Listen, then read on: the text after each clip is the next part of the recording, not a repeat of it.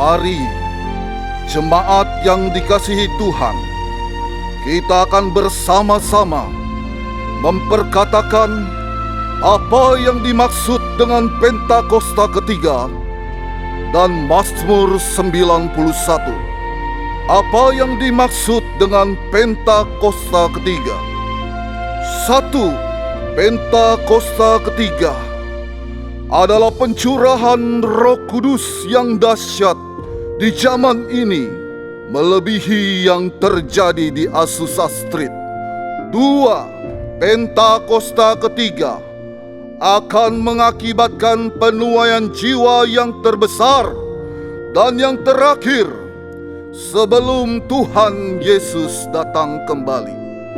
3. Pentakosta ketiga akan membangkitkan generasi Yeremia, yaitu anak-anak muda yang dipenuhi Roh Kudus, cinta mati-matian kepada Tuhan Yesus, tidak kompromi terhadap dosa, dan akan bergerak untuk memenangkan jiwa. 4. Pentakosta ketiga lahir di Indonesia dan bergerak ke bangsa-bangsa. Gerakan ini dari timur ke barat dan akan kembali ke Yerusalem. 5. Pentakosta ketiga akan memberikan kuasa untuk menyelesaikan amanat agung. Dan setelah itu, Tuhan Yesus akan datang kembali. Dan mari bersama kita sepakat dan percaya mendeklarasikan firman Tuhan yang tertulis di Mazmur 91. Dalam lindungan Allah, orang yang duduk dalam lindungan yang maha tinggi dan bermalam dalam naungan yang maha kuasa akan berkata kepada Tuhan, tempat perlindunganku dan kubu pertahananku, Allahku yang kupercayai. Sungguh Dialah yang akan melepaskan engkau dari jerat penangkap burung, dari penyakit sampar yang busuk. Dengan kepaknya ia akan menudungi engkau. Di bawah sayapnya engkau akan berlindung. Kesetiaannya ialah perisai dan pagar tembok. Engkau tak usah takut terhadap kedahsyatan malam, terhadap panah yang terbang di waktu siang, terhadap penyakit sampar yang berjalan di dalam gelap, terhadap penyakit menular yang mengamuk di waktu petang. Walau 1,000 orang rebah di sisimu dan 10,000 di sebelah kananmu, tetapi itu tidak akan menimpamu. Engkau hanya menontonnya dengan matamu sendiri dan melihat pembalasan terhadap orang-orang fasik. Sebab Tuhan ialah tempat perlindunganmu, yang maha tinggi telah kau buat tempat perteduhanmu. Malapetaka tidak akan menimpa kamu, dan tulah tidak akan mendekat kepada kemahmu. Sebab malaikat-malaikatnya akan diperintahkannya kepadamu untuk menjaga engkau di segala jalan. Mereka akan menatang engkau di atas tangannya, supaya kakimu jangan terantuk kepada batu. Singa dan ular tedung akan kau langkahi. Engkau akan menginjak anak singa dan ular naga. Sungguh hatinya melekat kepadaku, maka aku akan meluputkannya. Aku akan membentenginya, sebab ia mengenal namaku. Bila ia berseru padaku, aku akan menjawab. Aku akan menyertai dia dalam kesesakan. Aku akan meluputkannya dan memuliakannya. Dengan panjang umur akan kukenyangkan dia, dan akan kuperlihatkan kepadanya keselamatan daripadaku. Haleluya! Amin.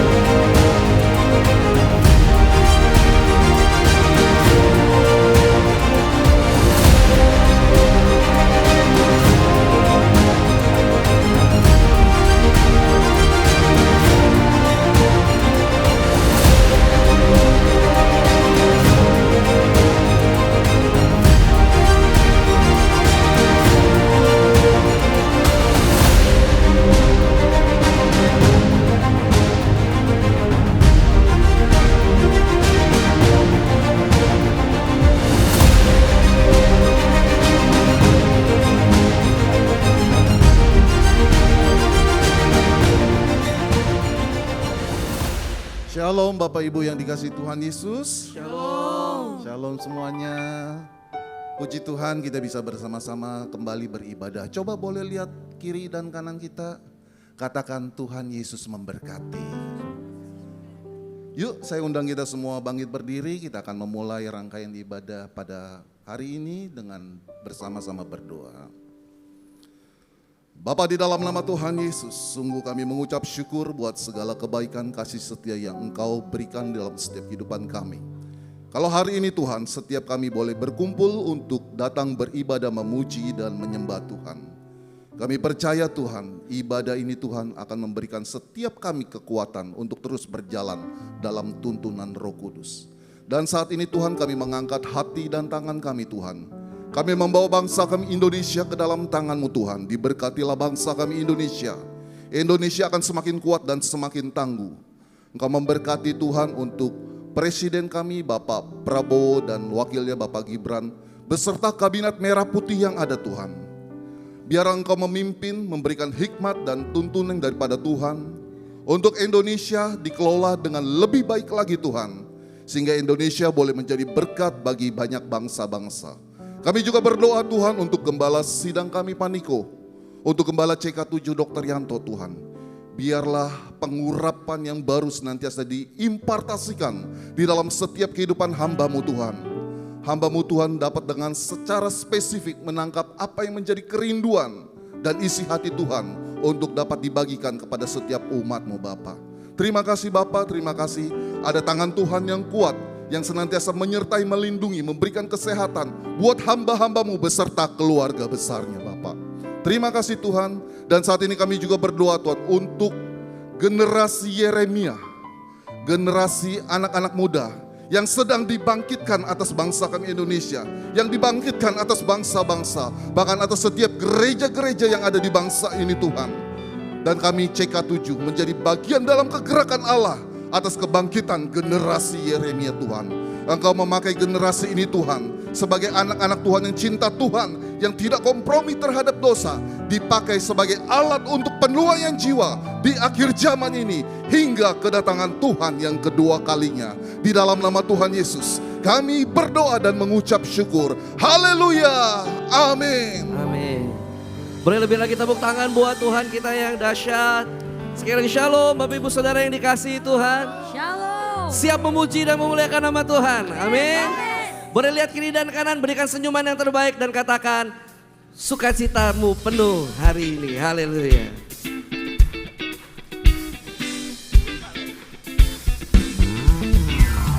Karena roh Allah ada di dalam kita. Haleluya.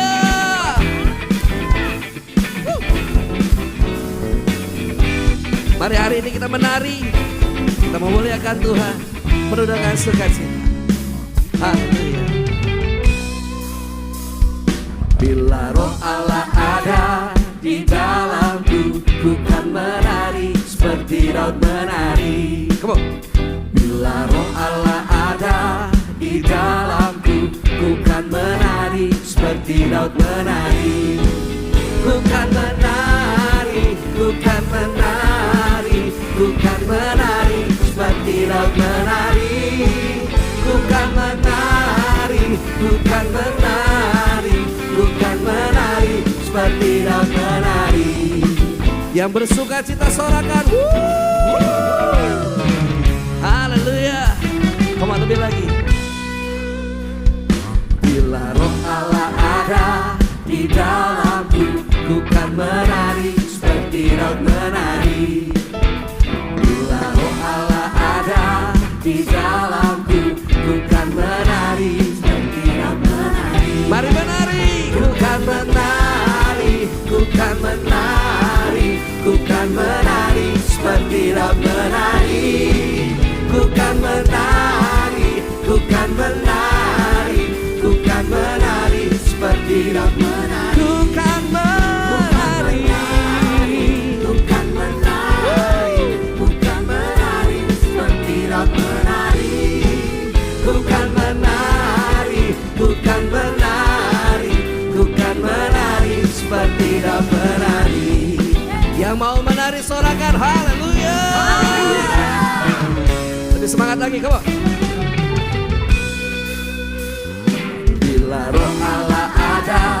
di dalamku. Ku kan menari seperti daun menari. Bila roh Allah ada di dalamku, ku kan menari seperti daun menari. Siap menari, ku kan menari, ku kan menari seperti daun menari. Ku kan menari, ku kan menari, ku kan menari seperti daun menari. Tepuk tangan yang terbaik buat Allah kita yang dahsyat. Tidak ada Allah yang seperti Engkau Tuhan. Allah kami yang luar biasa hebat dan sungguh besar. Haleluya. Sama-sama katakan, Allah mana yang besar seperti Allah kita. Allah mana yang dahsyat seperti Allah kita. Dia kuat dan berkuasa. Tiada Allah yang seperti Dia. Allah mana yang besar seperti Allah kita. Allah mana yang dahsyat seperti Allah kita. Dia kuat dan berkuasa. Tiada Allah yang seperti. Sekali lagi katakan, Allah mana yang besar seperti Allah. Oh tidak ada. Allah mana yang dahsyat sungguh tiada ada. Dia kuat dan berkuasa. Amin. Ada Allah yang seperti Dia. Mari menari sama-sama, come on. Parara, paparara, parara, parara, parara, paparara, parara. Coba Tuhan katakan, ku kan menari.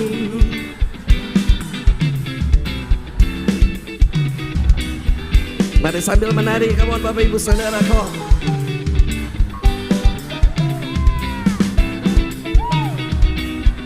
Ku kan menari. Oh, oh. Yes, ku kan menari. Sama-sama nyatakan, ku kan menari, ku kan menari seperti daun menari. Ku kan menari, ku kan menari, ku kan menari seperti daun menari. Ku kan menari seperti daun menari. Ku kan menari seperti daun menari. Sorakan haleluya. Tepuk tangan yang terbaik buat Allah kita. Haleluya. Yang percaya bahwa Roh Kudus ada di tengah-tengah kita, katakan amin. Amin. Katakan amin. Haleluya. Mari sama-sama tepuk tangan untuk Tuhan. Come on.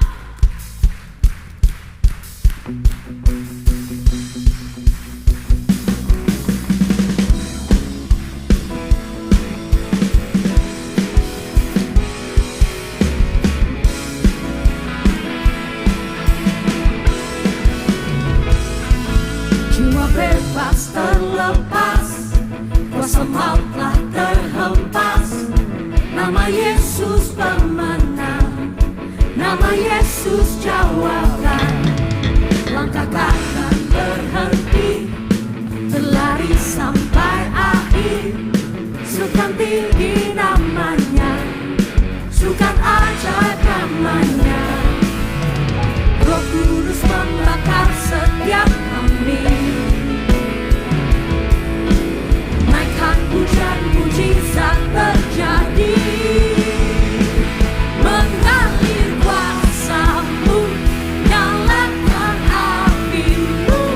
Ku nyanyi oh oh oh oh oh oh oh.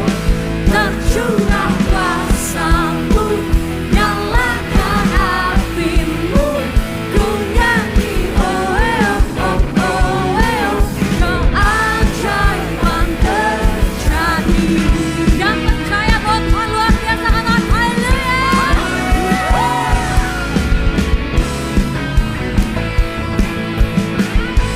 Mari sama-sama nyatakan. Langkah takkan berhenti,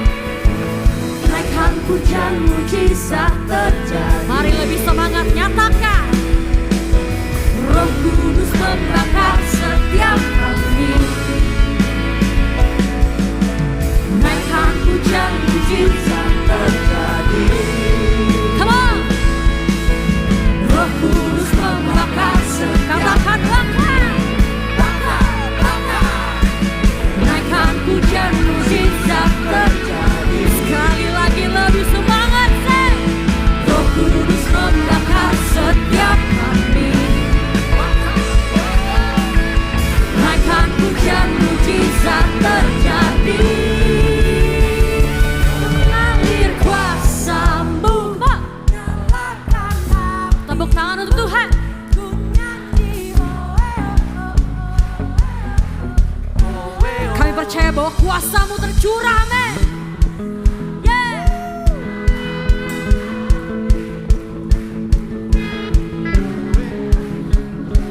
Saya mau lebih semangat dari ini untuk Tuhan, come on. Kuasa-Mu nyalakan api-Mu,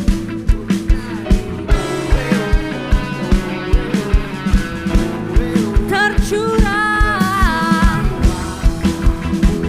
Nyalakan api-Mu, ku nyanyi, oh, oh, oh. Mengalir kuasa-Mu, nyalakan api-Mu, ku nyanyi, oh, oh, oh, oh, oh. Tercurah kuasa-Mu, nyalakan api-Mu, ku nyanyi, oh, oh, oh, oh. Keajaiban terjadi.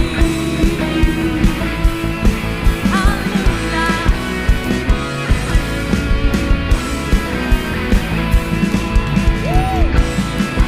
Mari sama-sama beri tepuk tangan yang terbaik untuk Tuhan. Haleluya. Baik, sebelum duduk, bilang ke kiri kanannya, Tuhan Yesus luar biasa. Mari silakan duduk Bapak Ibu Saudara yang dikasih Tuhan. Selanjutnya kita akan menyaksikan news untuk seminggu ke depan. Tim multimedia dipersilahkan.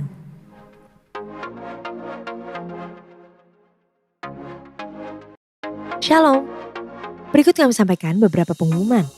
Ibadah raya hari Minggu 7 Desember 2025 pukul 7 dan 9 waktu Indonesia Barat dilayani oleh Frankie Kuncoro. Engkau mengasihani mereka, Engkau menyembuhkan mereka. Mereka mempunyai banyak masalah Tuhan. Tuhan curahkan urapan kasih-Mu Tuhan.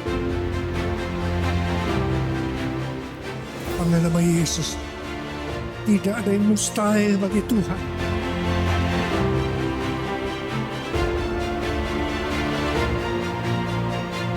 Oh Jesus, Yesus, Yesus.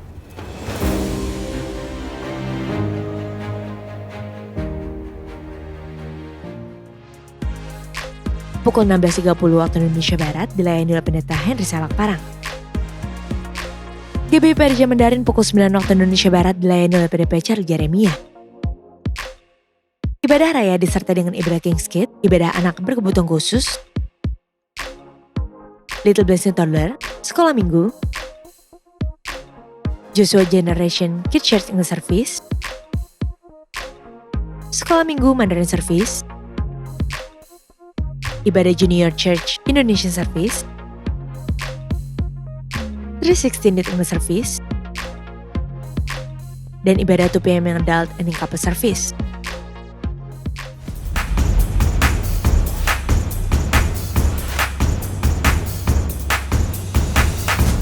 Will you walk by faith, not by sight? Tetap melangkah, walaupun berat, melangkah lagi. Karena peperangan bicara tentang berjaga-jaga. Bukan jadi santai, bukan biasakan, bukan lost begitu saja. Bapa kau setia.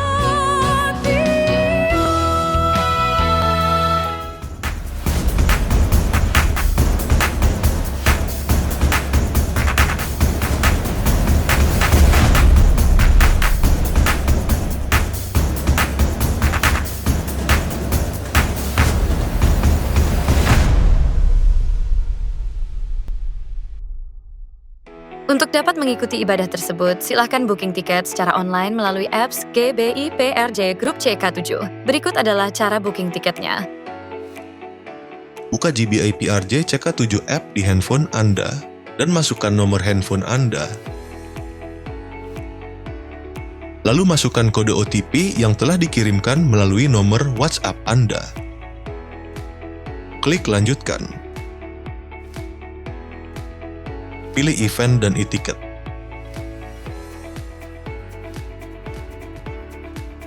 Klik register. Pilih jadwal ibadah yang Anda inginkan dan klik simpan. Jika Anda ingin menambahkan jiwa baru untuk ikut dalam ibadah, klik tambah. Masukkan nama dan nomor handphone dan pilih jadwal ibadah.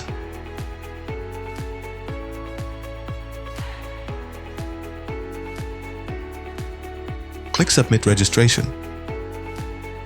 Klik My Ticket untuk melihat tiket Anda dan scan QR event yang sudah disediakan panitia.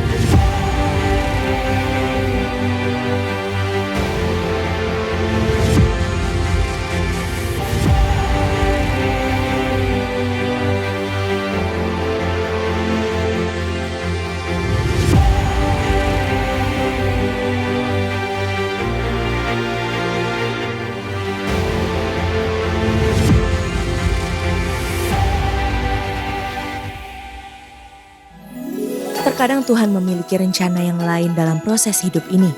Namun selalu percayalah kepadanya, walaupun kita tidak mengerti. Seperti orang Majus yang diingatkan untuk tidak kembali ke Herodes setelah bertemu dengan Yesus, dan mereka tetap taat dan mengambil jalan lain untuk kembali ke asal mereka. Hikmat Tuhanlah yang menuntun hidup kita untuk menemukan jalan lain, agar kita selalu selaras dengan kehendak-Nya yang penuh dengan sukacita berlimpah. Mari kita bersama-sama merayakan sukacita tuntunan Tuhan Yesus dalam hidup kita di Christmas Celebration with WOI PRJ pada hari Kamis 11 Desember 2025 pukul 10 pagi.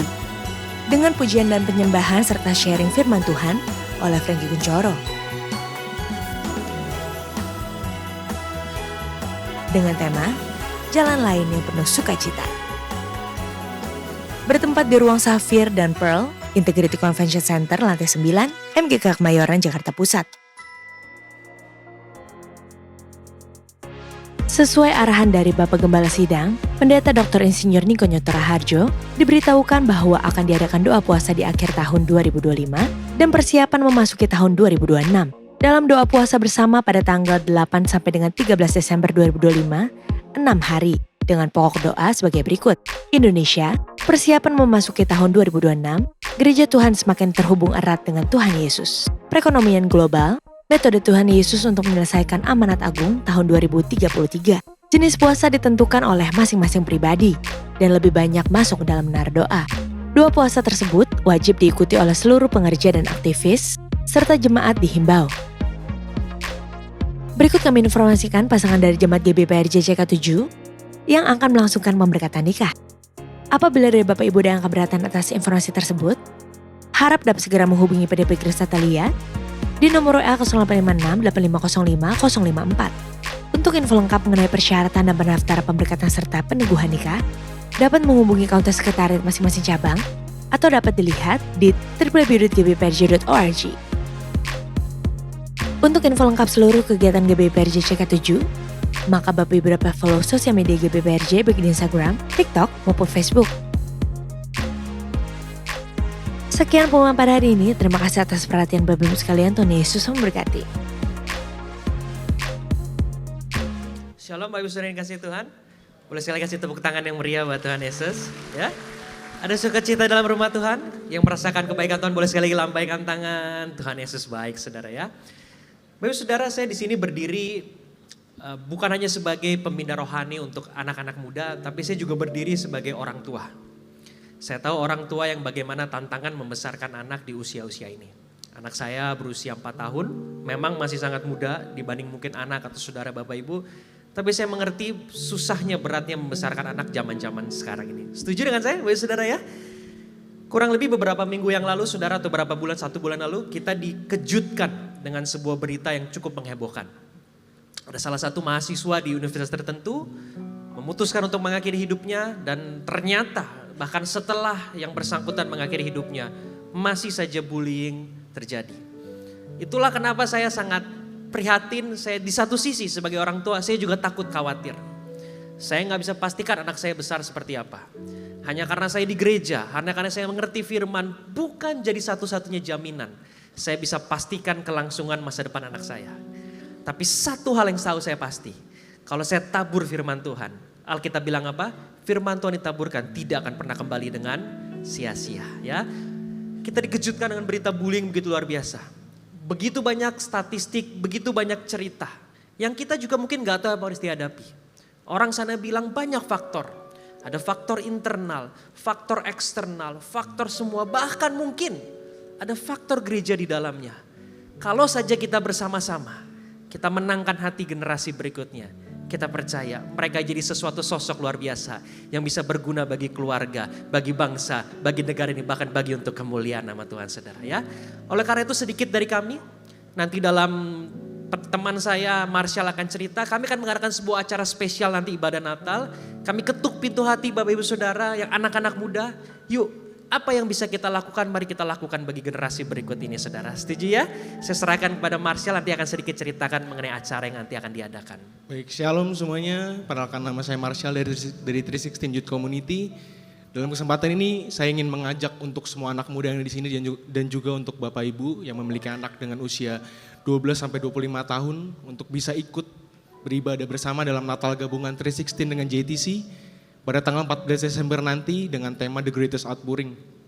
Mungkin aku pengen jelasin sedikit mengenai tema dan juga konsep ibadah kami nanti.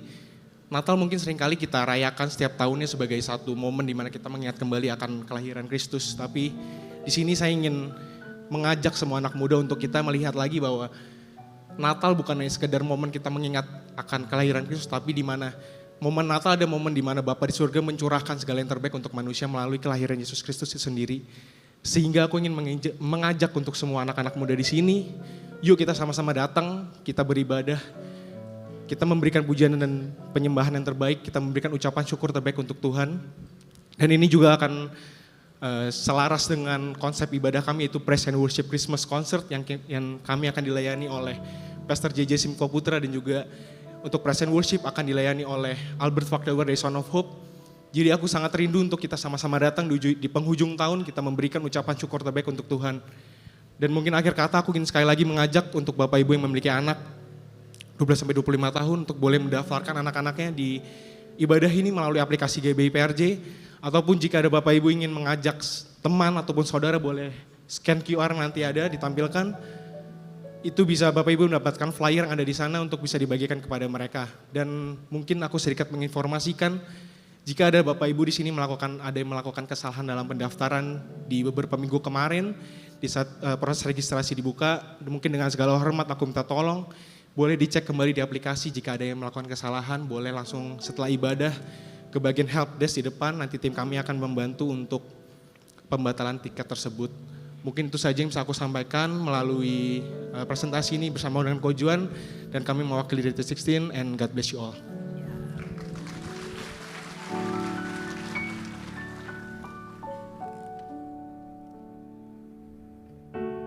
Boleh sekali kita tepuk tangan yang paling meriah buat Tuhan kita. Siapkan hati kita sama-sama.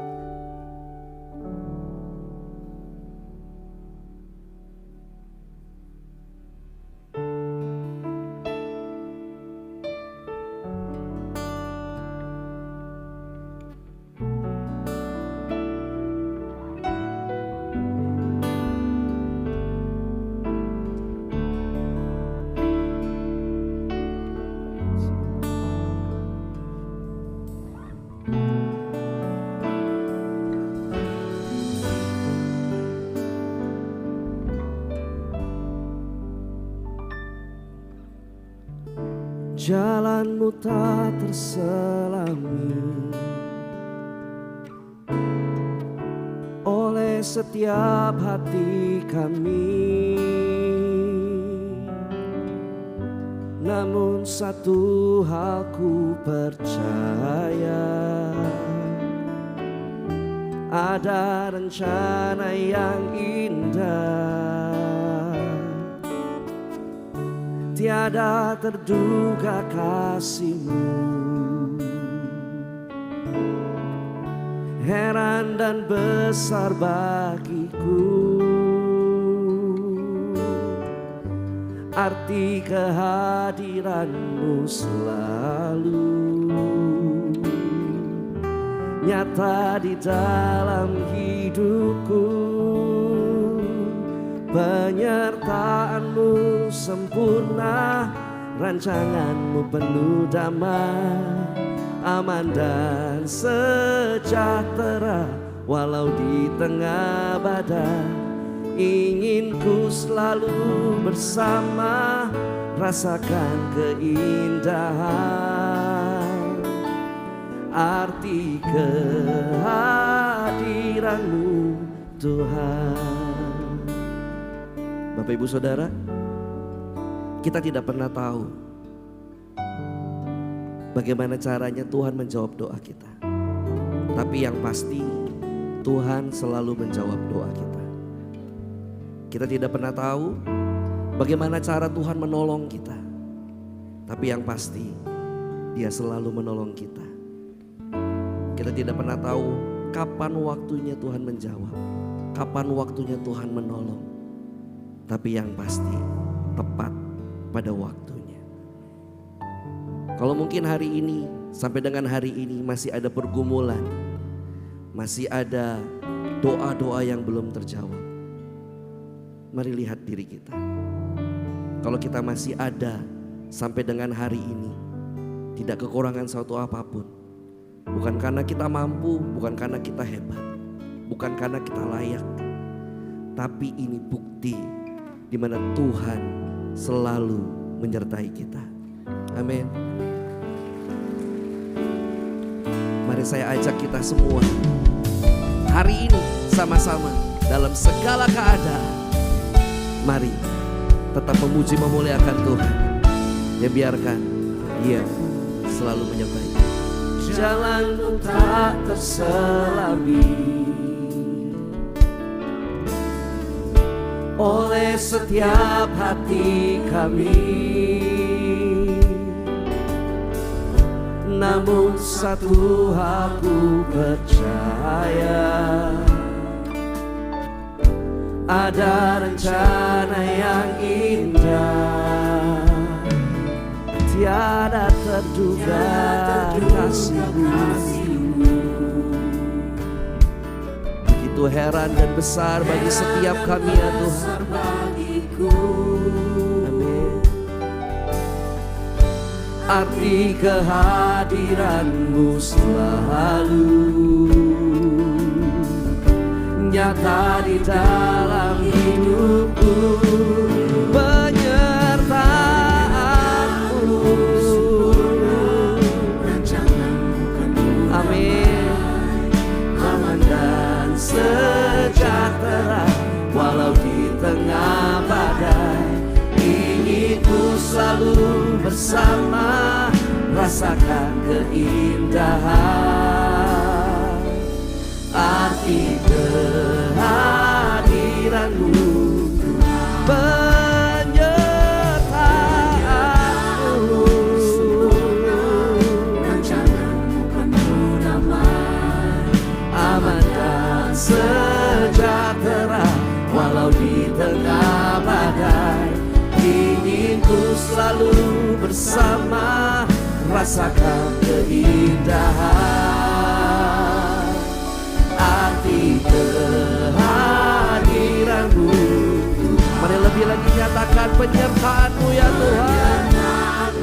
Sempurna, rancangan-Mu penuh damai, aman dan sejahtera walau di tengah badai.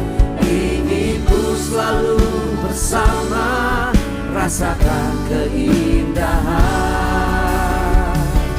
arti kehadiran-Mu Tuhan.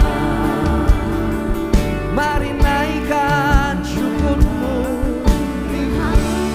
naikkan sembah-Mu, sebab tak pernah Dia tinggalkan, tak pernah Dia biarkan kami sendiri.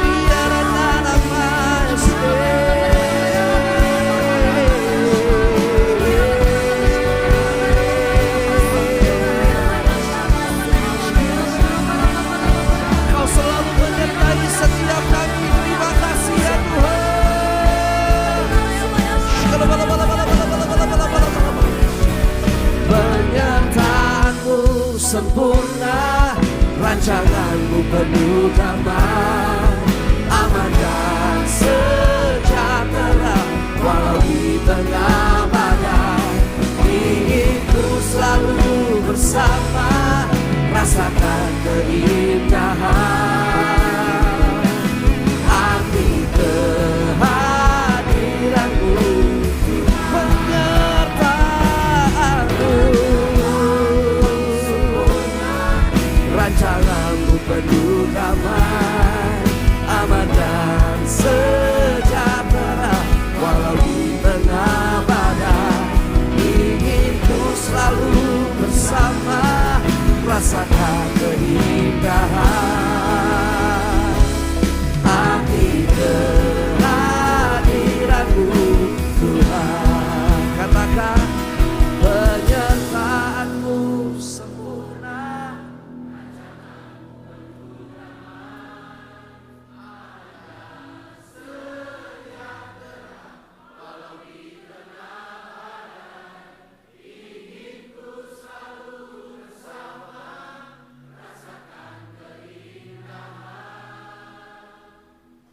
arti kehadiranmu. Boleh sambil angkat kedua tangan dan nyatakan, penyertaanmu sempurna,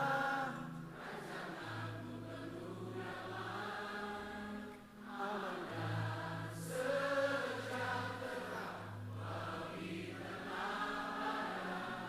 Ingin ku selalu bersama, rasakan keindahan,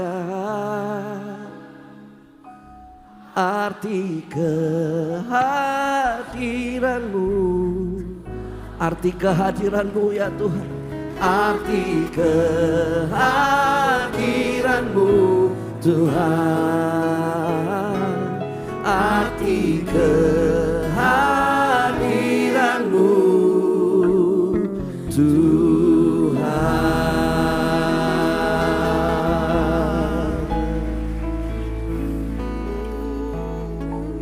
Kaya la manas,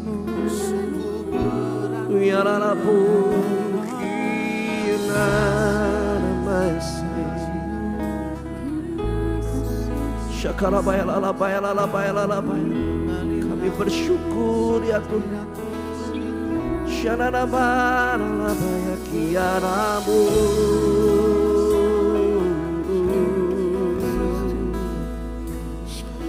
Sharana namayake, shakara baya la baya la batakaya la baya la shekiri la baya la baya, uyara namaya la baya kara la baya shakara baba baba baba shakara baya la shara baya la baya kiara batakaya la baya shekiri di.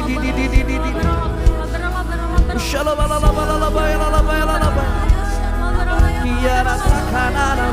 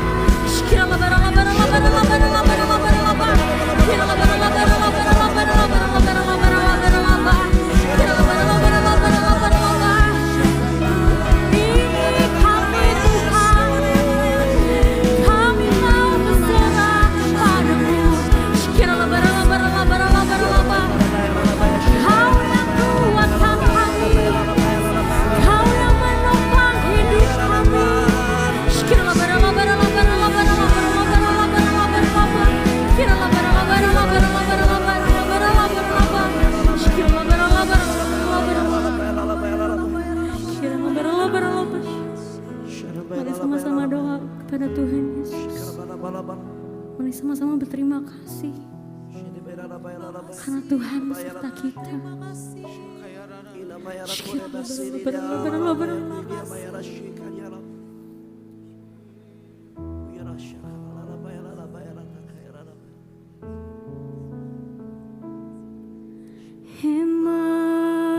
Immanuel, Immanuel,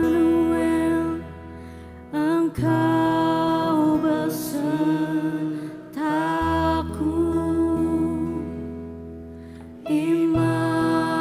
Immanuel, Immanuel,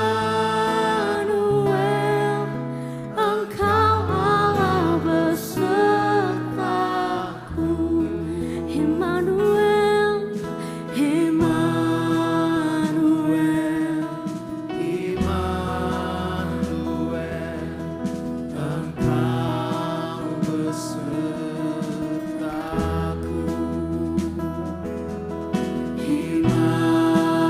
Immanuel, Immanuel, Engkau Allah besertaku. kami menyatakan dengan iman. Say,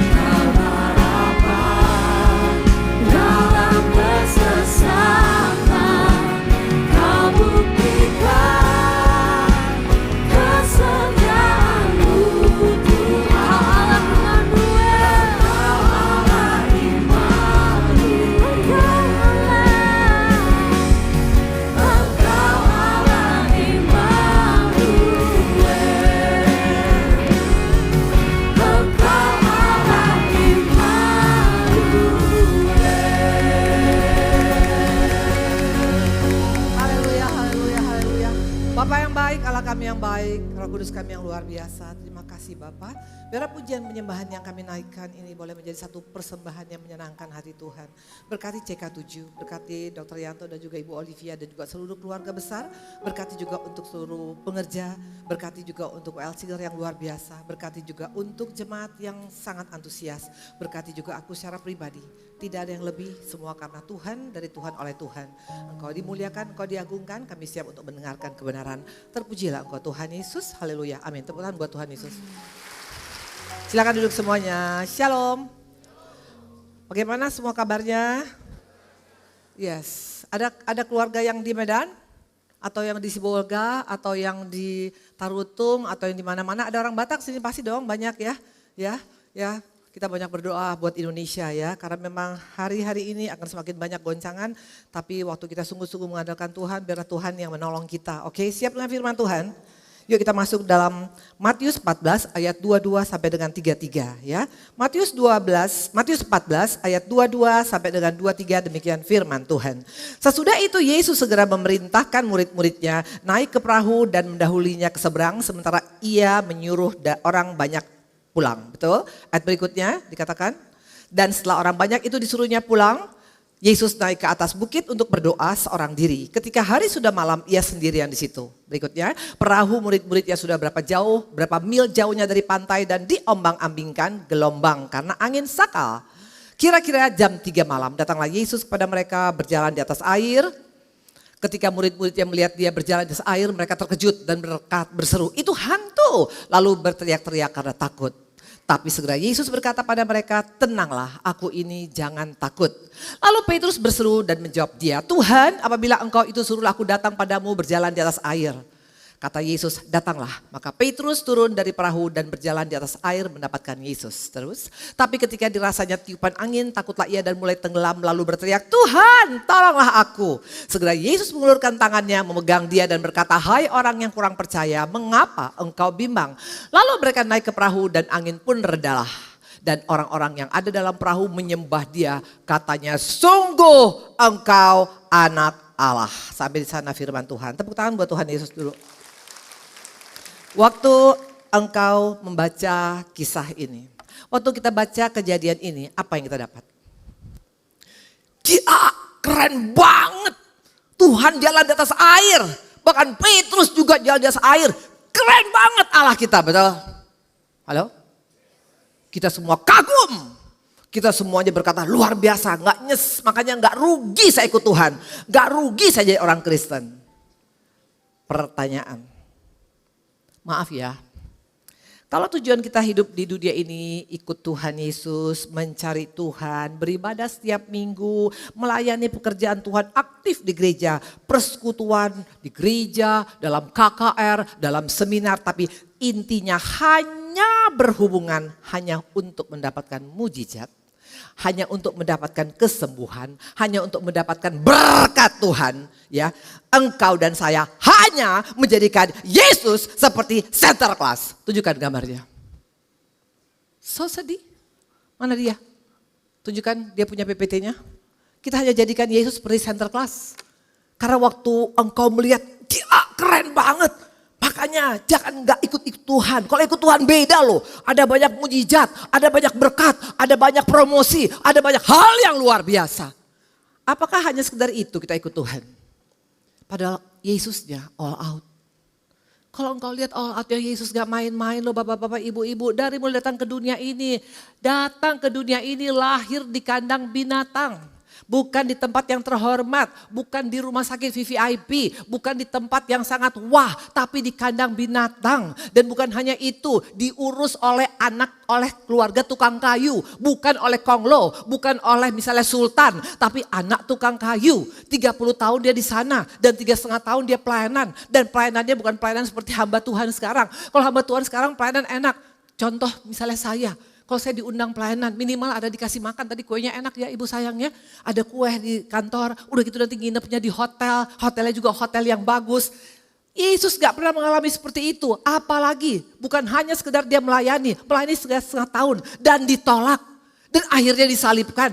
Dan disalibkan sebab penjahat. Dan matinya pun gak punya kuburan. Tapi di tempat ini aja kita punya kuburan di San Diego, betul? Ada yang punya? Coba angkat tangan. Angkat tangan yang punya. Mendingan jangan loh. Karena siapa yang punya cepat-cepat mati loh biasanya. Makanya saya gak mau punya.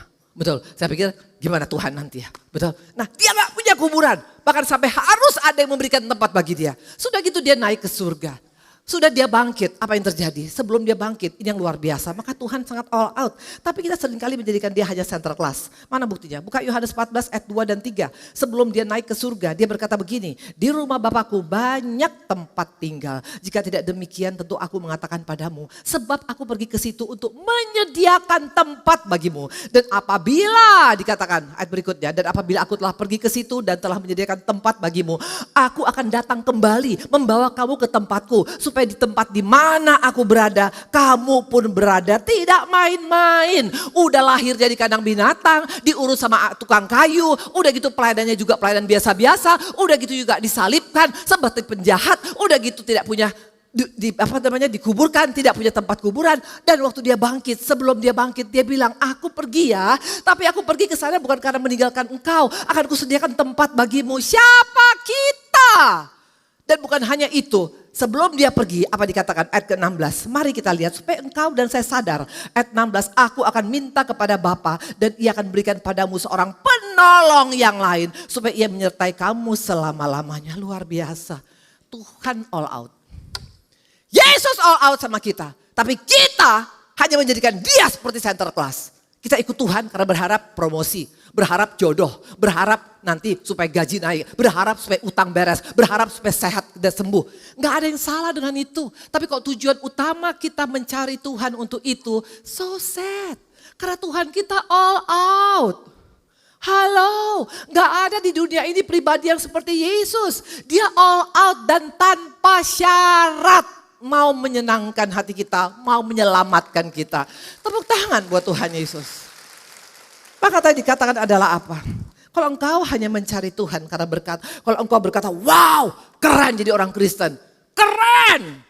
Karena beda kita. Kalau hanya cuma mujizat yang kau cari, berarti kita hanya cuma Kristen miracle hunter, MH. Tuhan gak tergila-gila dengan kita Kristen beribadah, pelayan atau hamba Tuhan atau apapun. Apa tujuanmu mencari Tuhan? Ini yang penting. Nah hari ini kita akan belajar 6 hal dari kisah ini. 6 hal dari kisah yang tadi yang Yesus berjalan di atas air. Buka satu-satu yuk. Matius 14 ayat 23. Kita buka satu-satu, kita akan bongkar. Karena bukan hanya tentang mujizat, ada yang lebih daripada itu Tuhan mau sampaikan pada kita. Matius 14 ayat 23 dikatakan, dan setelah orang banyak itu disuruhnya pulang, Yesus naik ke atas bukit untuk berdoa seorang diri. Ketika hari sudah malam, ia sendirian di situ. Ini yang pertama yang Tuhan mau sampaikan. Gaya hidup Yesus. Ini lifestyle-nya Yesus. Dia selalu terhubung dengan Bapa di surga. Sementara di dunia ini orang lebih suka gaya style sultan, betul? Coba tunjukkan gaya style sultan. Iya, nanti supercar, betul? Nanti dengan kapal yah, nanti pura-pura makan di kapal, di jet pribadi, betul? Rasanya keren banget. Kita terkena dengan pola dunia. Kita bangga dengan apa yang kita punya, berlian 10 karat, sampai jalannya begini, betul? Gak ada yang salah dengan kau punya berlian 10 karat. Gak ada yang salah dengan tasmu harga 1 triliun. Gak ada yang salah dengan kau punya kapal yah yang paling mahal. Gak ada yang salah dengan rumahmu yang lah. Tapi apakah hanya itu yang menjadi gaya hidup kita? Jangan bangga dengan gaya hidup sultan. Gaya hidup Yesus adalah apa? Terhubung dengan Bapanya. Ini yang sekarang kurang. Bapak-bapak, ibu-ibu, jangan pernah kita merasa diri bisa tanpa terhubung sama Tuhan. Tidak akan bisa. Lihat kemarin kejadian di Medan. Saya baru pulang dari Medan hari Selasa pagi. Saya ada rapat RUPS, pagi-pagi jam 4 Selasa saya berangkat pulang. Habis itu kejadian, malamnya hujan, Rebo, Selasa, Rebo, Kamis dan tumbang semua. Itu kita banyak punya tempat di sana. Hotel kita aja sampai mati genset. Kenapa mati genset? Gensetnya ditanam di bawah. Itu sungai dari Multatuli itu tumpah semua ke kita. Hotelnya tutup total sampai sekarang. Gak pernah bisa tahu. Tapi kalau engkau terhubung dengan Tuhan akan beda kita menghadapi masalah. Makanya dikatakan Maria memilih yang terbaik yang gak bisa diambil daripadanya. Iblis gak bisa ambil hubungan kita dengan Tuhan. Hartamu bisa diambil oleh iblis. Nyawa kita bisa diambil oleh iblis. Saya pernah cerita sama kalian, ponakan saya sehat, six pack. Dia lagi main bowling. Dia bilang sama keluarganya, nanti saya main bowling, kalau papa menang nanti kita makan-makan di restoran. Oke pap, santai berangkat. Six pack, 50 tahun, makanannya sehat, selalu periksa tiap 6 bulan ke luar negeri. Artinya aman. Tapi perhatikan, waktu pas lagi istrinya ibadah, ditelepon, ada WhatsApp. Ponakan saya jatuh waktu main bowling. Baru dia mau berangkat, ada lagi WhatsAppnya, baru meninggal. Kesehatan kita bisa diambil oleh iblis. Kekayaan kita bisa diambil oleh iblis. Semua bisa diambil, hanya satu yang gak bisa diambil. Maria memilih yang terbaik. Bagaimana dengan gaya hidup kita? Jangan bangga dengan berkata saya punya segala-galanya. Jangan bangga dengan mempertontonkan semua yang kau miliki. Pertanyaan, bagaimana hubungan kita dengan Tuhan? Seorang yang terhubung dengan Tuhan itu kelihatan dari jam-jam doanya. Masihkah kita punya jam-jam doa? Masihkah kita suka merenungkan firman? Karena firman adalah pikiran Allah. Masihkah engkau punya waktu sabatikal? Nanti Januari sebelum sibuk sana sini ambil waktu sabatikal. Maka tadi Pak Niko dikatakan tanggal 8 sampai tanggal 13 ada doa puasa. Ikut. Karena kita perlu terhubung dengan sumbernya. Karena dunia ini dengan sumbernya gak menjamin. Tapi sumber dari Allah itu ada jaminan. Dan yang luar biasa, tepuk tangan sama Tuhan Yesus. Dan yang luar biasa, waktu Yesus melakukan ini, coba kita buka ayat sebelumnya, betul? Kita lihat ayat sebelumnya. Ini adalah gaya hidup Yesus yang luar biasa. Coba kita buka, dikatakan ayat ke 20 dan 21. Sebelum Yesus berdoa, yang ikut makan kira-kira 5.000 laki-laki, tidak termasuk perempuan dan anak-anak. Terus dikatakan sesudah itu Yesus segera memerintahkan, no bukan, ayat 20 dan 21. Ayat 20 dan 21. Dan mereka semuanya makan sampai kenyang. Kemudian orang mengumpulkan potongan-potongan roti yang sisa 12 bakul penuh. Bayangkan, padahal sebelumnya Yesus melakukan perkara yang luar biasa. Hanya 5 roti 2 ekor ikan yang makan 5.000 orang, laki-laki tidak termasuk anak dan perempuan. Dan mereka kenyang dan ada 12 bakul penuh. Itu perkara yang luar biasa. Tapi Yesus sadar itu kalau bukan terkonek dengan Bapa tidak mungkin. Sementara sering kali kita pikir kesuksesan kita, kehebatan kita, itu semua karena kita. No, itu semua karena Bapa. Engkau hamba Tuhan dipakai, itu semua karena Tuhan. Gak ada satu pun kita yang hebat. Iblis tidak mau kita punya hubungan dengan Tuhan, apalagi untuk engkau berhasil luar biasa. Makanya hari-hari ini iblis pakai ini bapak-bapak, ibu-ibu. Coba lihat ini apa, tunggu ya mana, aku punya persediaanku. Kok tidak kelihatan? Ya sudahlah, cucu saya punya aja. Dia kipas-kipas dengan berkata, kau hebat karena kau. Wajarlah, gak usah juga terlalu, atau mungkin gak kipas cucu saya, pakai kipas sate. Apapun namanya, selama engkau terlena, selama engkau lupa diri, kita sudah terjebak oleh si jahat. Gaya Yesus gak lupa diri. Dia walaupun sehebat-hebatnya pelayanannya, sehebat-hebatnya berkatnya, sehebat-hebatnya kekayaannya, tetap dia terkonek dengan Bapa. Bagaimana dengan kita? Jangan bangga dengan kekayaanmu. Gak ada jaminan Megatrust akan datang sebentar lagi. Kita tidak pernah tahu di mana. Tidak ada yang menyangka Medan. Medan itu daerah yang sangat-sangat oke harusnya. Saya nggak nyangka dan itu di sana ular semua. Teman-teman saya teleponin, gue pas mau jalan ular di mana-mana. Maka juga di Sibolga itu ada harimau di mana-mana. Kita nggak pernah tahu tiba-tiba CK7 ada harimau di sini. Halo? Kita tidak pernah tahu. Karena gak ada jaminan di dunia ini engkau bisa melekat dengan apa yang engkau milikin. Tapi kalau engkau punya hubungan dengan Tuhan, itu tidak bisa diambil oleh si jahat. Makanya dikatakan Maria memilih yang terbaik yang tidak bisa diambil daripadanya. Tadi katakan tadi adalah apa? Di tengah keberhasilan Yesus, dia tetap mengandalkan Tuhan, Bapaknya. Kenapa? Karena dia sangat sadar bahwa semua yang dia dapat itu adalah karena anugerah Tuhan. Betul? Nah kita lihat ending daripada orang-orang hamba Tuhan, orang-orang yang dipakai Tuhan luar biasa. Simpson contohnya. Coba kita buka Simpson. Akhir hidupnya mengerikan. Mari kita lihat. Ya, Simpson dipanggil dari penjara, lalu ia melawak di depan mereka. Kemudian mereka menyuruh dia berdiri di tiang-tiangnya. Sampai akhir hidupnya Simpson jadi pelawak. Padahal siapa dia? Kita tahu siapa sebelumnya. Coba kita buka. Ya kita buka Hakim-Hakim. Hakim-Hakim 15 ayat 15. Waktu itu Simpson berperang melawan musuhnya. Ada 1.000 orang Filistin. Kemudian dia menemui sebuah tulang rahang keledai yang masih baru. Diulurkan tangannya, dipungutnya dan dipukulnya mati. 1.000 orang dengan tulang itu. Mana gambar Simpson? Yes. Dengan hanya cuma tulang. Dengan hanya tulang seperti ini. Hanya dengan tulang keledai dia bisa membunuh 1.000 orang. Berarti ini orang luar biasa powernya. Tapi di akhirnya dia gak sadar. Dia pikir dia kuat karena pakai ginseng Korea. Dia pikir dia kuat karena suka fitness di Adirai. Dia pikir dia kuat karena dia mungkin pakai obat kuat. Padahal dia kuat karena Tuhan. Dia mulai tidak terkonek dengan Tuhan. Makanya akhirnya apa? Dipermalukan. Tadi kita lihat buta. Udah gitu menjadi penggiling di penjara dan dijadikan pelawak di akhir zaman. Jangan bangga dengan engkau berkata engkau hebat. Kita hebat itu karena Dia. Harus ada hubungan dengan Tuhan. Sadari diri kita siapa. Siapa lagi kita tahu Saul. Tahu Saul ceritanya bagaimana? Seorang Saul yang lupa diri. Awalnya dia hanya orang Benyamin. Dipilih menjadi Raja Israel pertama. Lupa diri. Akhirnya apa? Dia mati dan keturunannya semua hilang dari Raja Israel. Pak harusnya raja keturunannya meneruskan loh. Tapi hilang semua dan matinya mengerikan. Ditembak Bet Awen, digantung, kepalanya dipotong, di kepalanya digantung. Ini gak main-main. Jangan anggap enteng terhubung dengan Tuhan itu gak penting. Sangat penting. Karena sumber kita adalah Dia. Satu lagi siapa? Hizkia. Yang orang diperpanjang Tuhan umurnya 15 tahun. Tapi sombong akhirnya. Lupa diri. Akhirnya hidupnya sangat menyedihkan. Yang pertama adalah membangun hubungan dengan Tuhan. Yang kedua, mari kita lihat. Yang kedua, bangun hubungan. Pertanyaan. Hanya kita yang tahu seberapa tergantungnya kita kepada Tuhan. Amin. Seberapa cintanya engkau waktu bertemu dengan Tuhan. Orang yang terhubung dengan Tuhan tuh pasti cinta mula-mulanya gila. Betul? Pengen ngobrol dengan kekasihnya. Karena Tuhan kita adalah mempelai kita, betul? Pengen ngobrol, gak pengen, kalau sering hanya cuma doa, Tuhan mau makan, berkati makanan, amin. Itu gak punya hubungan dengan Tuhan. Orang punya hubungan dengan Tuhan suka ngobrol. Amin. Siapa di sini yang sebelum menikah berpacaran dulu? Angkat tangan. Di sini semua kawin jodoh, kesian banget. Kalau aku menikah dengan Pak Ari, saya karena berpacaran, lewat rumah Pak Ari aja aku deg-degan. Betul, deg-degan langsung saya lihat lipstick udah pakai apa belum. Mana tahu dia ada di teras rumahnya, betul.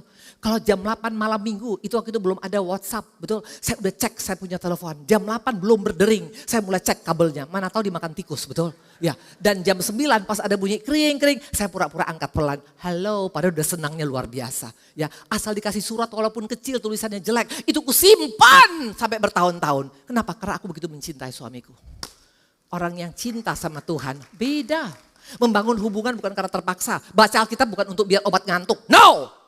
Tapi kau baca Alkitab karena pengen tahu Tuhan, apalagi nih Tuhan membawa aku. Kemana lagi Tuhan? Beda. Dan muka orang jatuh cinta itu kelihatan loh. Coba lihat muka kanan kiri. Yang muka aku Daniel di sini beribadah, kurang jatuh cinta sama Tuhan. Bergairah. Betul? Bergairah. Karena memang jatuh cinta sama Dia. Nah itulah orang yang bangun hubungan dengan Tuhan. Bukan sekedar hubungan kewajiban. Bukan hanya hubungan karena tradisi. No, tapi karena engkau haus dan lapar akan Dia. Engkau cinta sama Dia. Akan beda hidup kita. Gak usah disuruh-suruh ikut doa puasa juga mau. Gak usah disuruh-suruh juga ada ibadah. Mau. Gak usah disuruh-suruh baca Alkitab mau. Kalau engkau masih disuruh-suruh, berarti belum terhubung. Amin. Halo? Yang pertama. Yang kedua mari kita lihat. Apa yang mau Tuhan sampaikan yang kedua? Yuk kita buka Matius 14 ayat 26 dan 27. Ketika murid-muridnya melihat Dia berjalan di atas air, mereka terkejut dan berseru, "Itu hantu!" Lalu berteriak-teriak karena takut. Tapi segera Yesus berkata pada mereka, "Tenanglah, aku ini, jangan takut." It's okay kita mengalami ketakutan. Gak ada yang salah dengan engkau takut. Gak ada yang salah dengan engkau gelisah. Gak ada yang salah dengan engkau stres. Gak ada yang salah dengan engkau sedih. Gak ada yang salah. Yesus sebagai manusia 100%, Dia katakan pada murid-murid, "Hatiku seperti mau mati rasanya. Berjaga-jagalah untuk aku." Yesus gak jaim, orang Kristen banyak jaim. Kenapa rupanya kalau khawatir? Kenapa rupanya kalau takut? Yang penting jangan tinggal dalam kekhawatiran. Makanya bagaimana cara gak tinggal Bu Indri? Datang kepada alamat yang benar, kepada Yesus. Karena Yesus sumber damai sejahtera. Kalau datang pada dunia yang ada engkau makin stres. Dunia gak bisa berikan ketenangan. Mana gambarnya? Yang ada orang pakai payung. Dunia gak bisa kasih ketenangan. Nih. Kalau engkau datang pada Tuhan, ada ketenangan, ada damai sejahtera, ada sukacita. Karena Yesus adalah sumber ketenangan. Tapi kalau engkau datang pada orang yang ada engkau divonis. Contoh, mari kita lihat. Contoh, mari kita lihat. Ya, dikatakan di sini. Yohanes 9 ayat 1 dan 2. Waktu Yesus sedang lewat, Ia melihat seorang yang buta sejak lahirnya. Bayangkan ini orang buta sejak lahir. Murid-murid bertanya, murid-murid yang ngomong. Orang yang tahu firman, yang suka ibadah, yang suka pelayanan di CK7. Tapi bukan CK7 di sini, CK7 di Alaska. Rabi, siapakah yang berbuat dosa? Orang ini sendiri atau orang tuanya sehingga ia dilahirkan buta? Kira-kira kalau engkau mendengar ada komentar seperti ini waktu engkau hidup udah terpuruk. Kira-kira engkau bangkit gak imannya? Damai gak? Lega gak? No, yang ada kita makin berasa, kenapa aku sial hidupku? Ini si buta sejak lahir loh. Tiba-tiba murid-murid, orang-orang yang pelayanan, orang-orang CK7 Alaska berkata, siapa yang salah? Pasti bapaknya, pasti engkongnya, pasti dia. Waktu ada orang yang terpuruk, engkau menuding, engkau judging. Itu bukan karakter Yesus. Maka jangan datang pada Yesus, jangan datang pada manusia. Kalau datang pada manusia engkau akan dihina. Saya masih ingat waktu itu saya, dalam keadaan saya terpuruk habis. Saya pernah gagal menikah, kalian tahu persis. Saya pernah meninggalkan Tuhan 11 tahun. Waktu itu saya baru bertobat, saya undang ada seorang hamba Tuhan. Berharap hamba Tuhan ini berikan saya kekuatan. Nah, waktu saya pas masuk dari pintu, ini hamba Tuhan pas lihat muka saya dia bilang ini, siapa yang bercerai masuk neraka. Saya bilang, mati dong gue berarti. Udah gak ada pengharapan. Apakah Yesus seperti itu? Tuhan katakan bulu yang terkulai jangan dipatahkan. Kalau engkau melihat temanmu yang pernah gagal pernikahan, yang pernah mungkin dalam keadaan melakukan hal yang tidak baik, jangan judging, tapi peluk dia, rangkul dia, itulah Yesus kita. Yesus ketemu dengan perempuan yang kedapatan berzina, aku pun gak menghukum, don't do it again. Waktu itu saya sampai dibilang, tidak boleh salaman sama saya.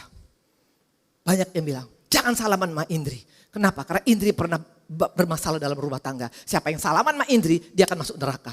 Bayangkan. Itu saya alami bertahun-tahun. Tapi untung aku ketemu sama Tuhan Yesusku yang luar biasa. Tuhan katakan aku angkat kau dari puntung rokok anakku. Aku peluk engkau anak kesayanganku. Hari-hari ini kalau kau datang pada manusia engkau akan kecewa. Datanglah kepada alamat yang benar, Yesus. Halo. Satu saat saya di Singapura sama keluarga besar saya. Saya dipanggil duduk, anak saya baru lahir 3 bulan. Dipanggil dan dibilang begini, duduk sini, oke. Indri mau masuk surga, mau saya bilang. Kalau masuk surga tinggalkan suamimu, tinggalkan anakmu, pulang ke Medan. Apakah mungkin seorang ibu meninggalkan anaknya? Saya bilang gak apa-apa, kalaupun saya di neraka selama Tuhan Yesus ada dekat aku, it's okay lah. Dunia ini kejam. Kadang-kadang orang-orang pelayanan itu kejam. Mereka gampang menjudging kita. Tapi Yesus tidak pernah menjudging kita. Coba lihat apa kata Yesus waktu orang-orang ini berkata siapa yang salah, engkongnya atau bapaknya atau dia.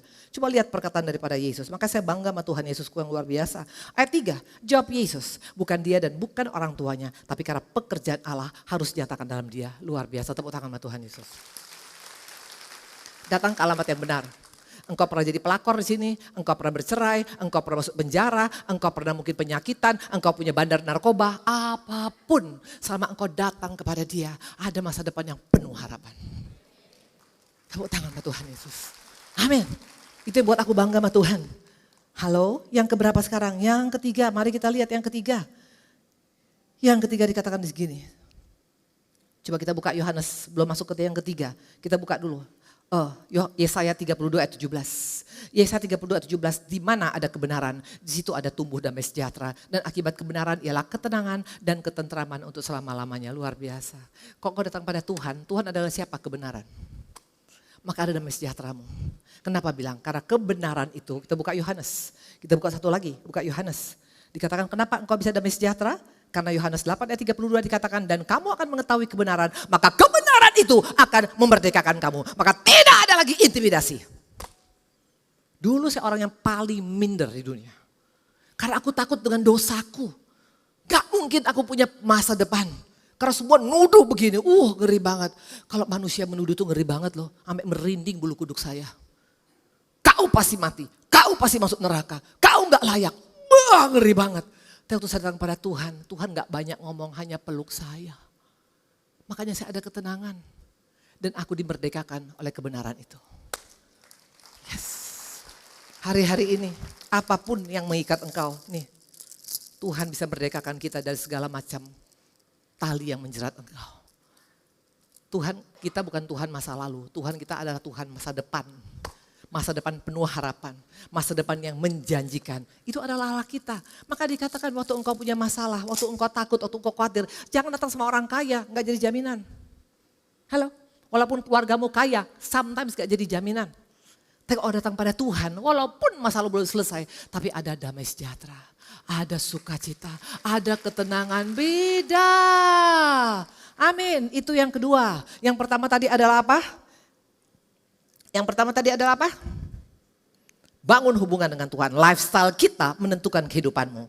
Yesus lifestyle-nya bukan lifestyle sultan. Bukan lifestyle rich-nya Jakarta. No. Tapi lifestyle-nya adalah bangun hubungan dengan Tuhan. Yang kedua, waktu engkau punya masalah. Apakah salah? Apakah dosa? Enggak.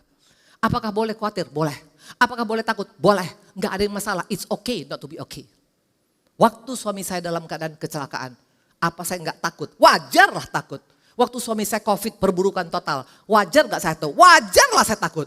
Tapi jangan tinggal dalam ketakutan, datang pada Tuhan. Dan akhirnya suami saya sembuh. Sama Tuhan terlalu gampang balikan tangan. Waktu cucu saya dikatakan dokter cacat, buta dan tuli, apakah saya nggak takut? Wajar, Tuhan. Aku takut Tuhan. Tapi cepat datang pada Tuhan. Sekarang Tobi umur 1 tahun 1 bulan, pinternya luar biasa. Tidak ada buta, tidak ada tuli, tidak ada cacat. Tuhan bisa ubahkan. Karena Allah kita adalah Allah yang sangat-sangat menghargai orang yang datang kepada Dia dengan hancur hati. Dunia kita datang hancur hati, nggak dilihat. Tapi kalau engkau datang kau pakai Ferrari, dilihat.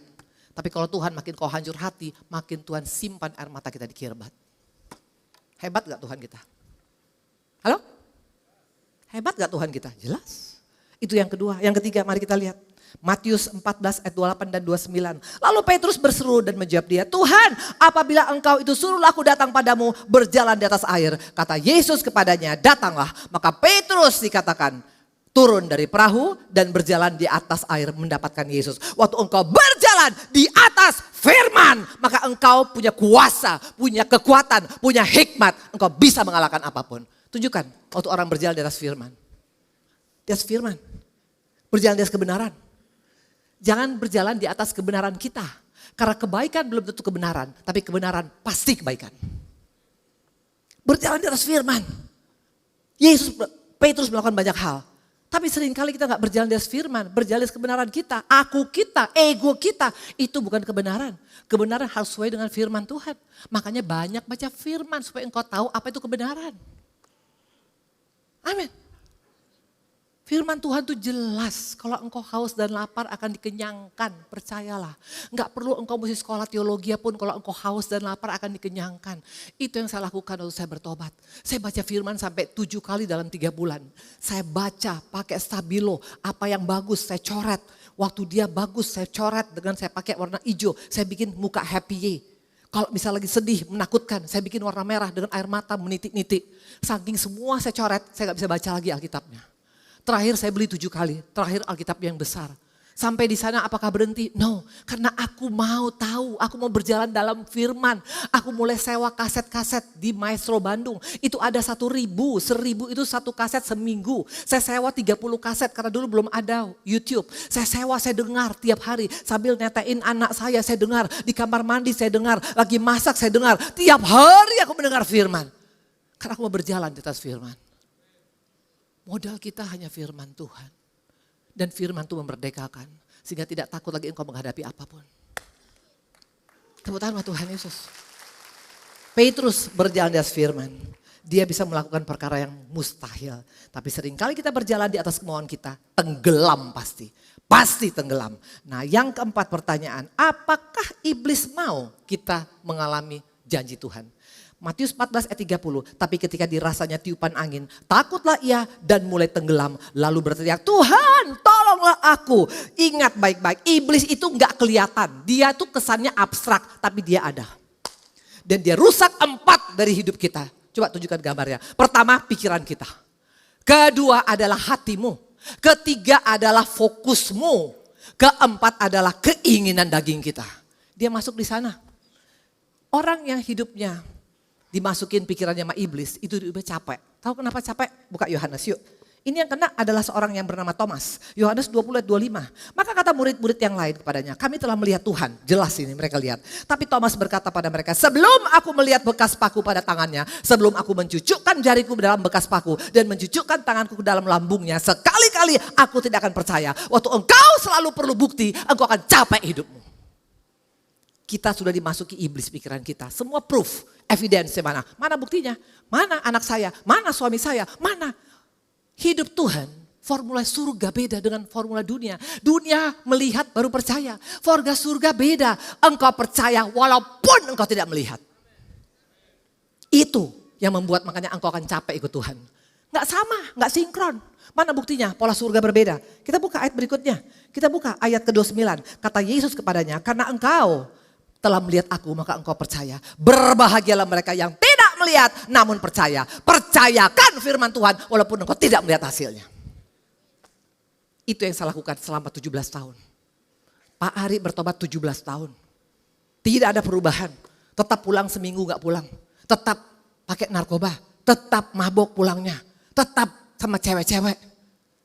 Aku gak lihat itunya. Yang aku lihat janji Tuhannya. Makanya setiap saya naik ke mimbar. Selama saya pelayanan 17 tahun. Selalu saya katakan aku percaya satu saat suamiku akan bersama-sama dengan aku melayani Tuhan. 17 tahun bukan angka yang sebentar. Tapi kalau engkau percaya, tidak melihat, maka engkau berbahagia. Orang berbahagia kelihatan gak wajahnya? Kelihatan. Muka saya muka berbahagia gak?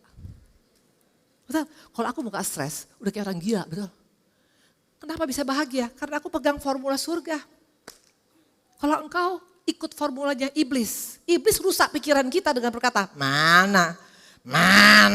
Sampai sekarang laki lu belum berubah. Sampai sekarang utang lu gak beres. Sampai sekarang anakmu bermasalah. Sampai sekarang. Semua dia bilang, minta buktinya. Itu bukan pola surga. Akhirnya engkau capek, engkau menyerah, engkau tinggalkan Tuhan. Yang kedua adalah pikiran. Kita lihat, ini orangnya pelayanan loh di CK7. Tapi bukan CK7 sini, yuk lihat. Kita lihat. Kejadian 4 ayat 5 sampai 8. Ini orang yang beribadah loh. Beribadah melayanin. Tapi Kain dan korban persembahan dia tidak diindahkannya. Lalu hati Kain menjadi sangat panas dan mukanya muram. Firman Tuhan kepada Kain, mengapa hatimu panas dan mukamu muram? Apakah mukamu tidak akan berseri jika engkau berbuat baik? Tapi jika engkau telah tidak berbuat baik, dosa sudah mengintip depan pintu. Ia sangat menggoda engkau, tapi engkau harus berkuasa. Kata Kain pada Habel adiknya, marilah kita pergi ke padang. Ketika mereka ada di padang, tiba-tiba Kain memukul adiknya lalu membunuh dia. Bayangkan dalam ibadah, dalam pelayanan. Tapi hati kita tercemar. Luar kita bisa bagus, dalam kita bobrok, nol di mata Tuhan. Iblis tepuk tangan. Jadi bukan masalah sekedar badan kita di sini, bagaimana dengan hati kita? Saya mengalami waktu saya sebelum mengenal Pak Ari, waktu Pak Ari melakukan hal yang tidak baik, waktu ketemu dengan kakak-kakak saya, waktu saya nggak mendapatkan apa yang menjadi hak saya, memang ke gereja, tapi marah terus, nggak dapat apa-apa tuh. Pikiranku udah dimasukin oleh si iblis. Ada di sini masih simpan sakit hati? Iri, kecewa, tawar, mendua. Percuma, engkau sudah kena trap sama si jahat. Halo? Iblis tuh ada, tapi gak kelihatan karena dia adalah penguasa di udara. Roh hanya bisa dilawan dengan roh Tuhan. Makanya harus terkonek dengan dia. Halo? Apa yang ketiga? Fokus kita. Itu juga menjadi sasaran iblis. Fokusmu apa? Fokusmu masalahmu atau fokusmu kepada kebaikan Tuhan? Kalau fokus pada masalah, pagi, siang, malam dan diomongin masalah terus. Asal ketemu bagaimana Ci sekarang? Ya gak tahu lah. Suami saya memang kurang ajar. Ya gak tahu lah. Utang saya belum beres. Hey! Fokus kita harusnya kepada Yesus bukan kepada masalah. Itu iblis bilang gini. Yang keempat, keinginan daging. Iblis pakai itu. Coba kita lihat Daud. Seorang yang katanya cinta Tuhan, tapi waktu dia mulai tenggelam dengan kenikmatannya. 2 Samuel 11 ayat 1-4. Pada pergantian tahun pada waktu Raja-Raja Besai maju berperang, maka Daud menyuruh Yoab maju beserta orang-orang dan seluruh orang Israel. Mereka memusnahkan Bani Amon dan mengepung kota Raba, sedang Daud sendiri tinggal di Yerusalem. Sekali peristiwa pada waktu petang ketika Daud bangun dari tempat pembaringan, lalu berjalan-jalan di atas soto istana, tampaklah kepadanya seorang perempuan sedang mandi. Perempuan itu sangat elok rupanya. Lalu Daud menyuruh orang bertanya pada perempuan tentang perempuan itu dan orang berkata, itu adalah Batseba binti Eliam, istri Uria orang Het. Setelah itu Daud menyuruh orang mengambil dia, perempuan itu datang padanya lalu tidur dengan dia dan perempuan itu baru selesai membersihkan diri dari kenajisannya, kemudian pulanglah ia ke rumahnya. Saya mau tanya, kok bisa jebol? Daud, tahu kenapa? Keinginan dagingnya gak bisa dia kontrol. Sebenarnya Roh Kudus sudah ngomong melalui anak buahnya dengan berkata, itu istri Uria, itu istri orang. Jangan ambil, tapi karena keinginan kita yang berapi-api, yang membara, yang gak bisa dikontrol. Iblis masuk dong, jebol tuh si Daud. Yang dibayarnya harganya mahal loh. Hidupnya gak gampang sesudah itu. 4 daerah iblis, pikiran, hati, keinginan, fokus kita. Halo? Kalau masih ada, bereskan sebelum masuk 2026. Karena engkau tidak akan pernah bisa bahagia kalau kita masih seperti itu. Yang berapa sekarang?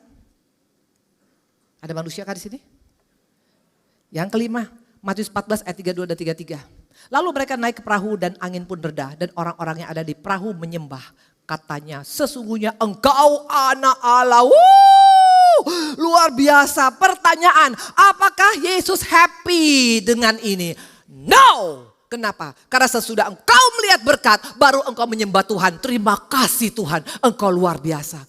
Kalau engkau hanya menyembah Tuhan karena engkau sudah mendapat jawaban doa, sudah masalahmu selesai, sudah hutangmu beres, sudah sakitmu sembuh, itu melukakan hati Tuhan.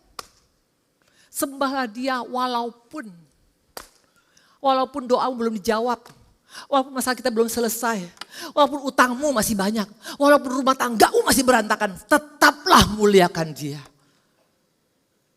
Makanya Tuhan sedih. Nah waktu 5-5 ini masih menguasai hidup kita, saya undang 3 orang ke depan. Yuk maju 3 orang, siapa saja. Mau dapat berkat gak? Mau dikasih rumah nih sama Tuhan. Ayo maju 3 orang, 1 pengerja, 1 anak muda, 1 lagi ibu rumah tangga. Ayo cepetan. Ayo cepat 3 orang, please. Cepetan, cepat maju ke depan, maju ke depan, maju ke depan, maju ke depan. Ayo maju ke depan, cepat maju dari situ. Kita lihat ya. Tadi ada 5, apa aja tadi? Pertama apa? Ngerti gak sih yang saya omongin? Yang pertama tadi apa? Bangun hubungan dengan Tuhan, halo. Yang kedua adalah apa tadi katakan? Apa? Datang pada Tuhan waktu kau dalam keadaan masa down. Yang ketiga adalah apa? Berjalan di atas firman. Yang keempat adalah apa? Yang keempat apa? Ih, sini ibu. Awas ya. Dikatakan tadi iblis.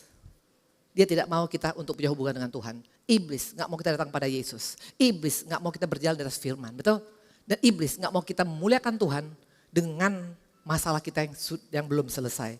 Makanya dia pakai ini sebenarnya. Ini apa? Ini ibu rumah tangga. Namanya siapa? Pia. Lihat seorang Pia. Dari 4 tadi mulai kecewa. Kenapa Tuhan kok seperti ini? Mulai berjalan di atas pikirannya. Pikirannya mulai, kenapa ya Tuhan belum tolong? Kenapa Tuhan belum bantu aku? Ibu ini dijerat oleh si iblis. Jeratan iblis gak main-main loh. Engkau siapa sayang? Bagian apa? Kok jadi ibu rumah tangga semua yang datang? Bapak rumah tangganya mana? Oke, ibu rumah tangga. Waktu engkau punya masalah, engkau datang kepada manusia. Yang ada engkau akan dibilang, makanya kau percuma, makanya jadi orang mesti pintar, jangan gak pintar, harus tahu, kena. Sorry, aku suka banget main-main kayak gini. Ini mainan saya tahu. Satu lagi, ini juga ibu rumah tangga. Bapak rumah tangganya mana? Hamba Tuhan mana? Di sini gak ada, jangan pernah pikir loh. Sama juga dengan ibu ini, waktu dia mulai mereka-reka, kayaknya kenapa ya, sampai kapan, segala macam. Sudah mulai terjerat. Saya terjerat oleh jeratnya iblis puluhan tahun. Makanya hidupku gak mengalami apa-apa. Pada rencana Tuhan buat setiap kita itu bukan biasa-biasa. Thank you sayangku. Thank you sayang. Jangan diambil net saya ya. Terima kasih ibu sayang. Terima kasih cantik. Terima kasih ya. Terima kasih. Ini jeratan si iblis. Ini saya belinya mahal nih tahu. Jeratan si iblis. Nah kalau begitu Bu Indri. Jadi bagaimana ending cerita ini? Ini endingnya. Kita buka tadi. Matius saya undang pemusik. Matius tadi endingnya adalah apa? Mari kita lihat.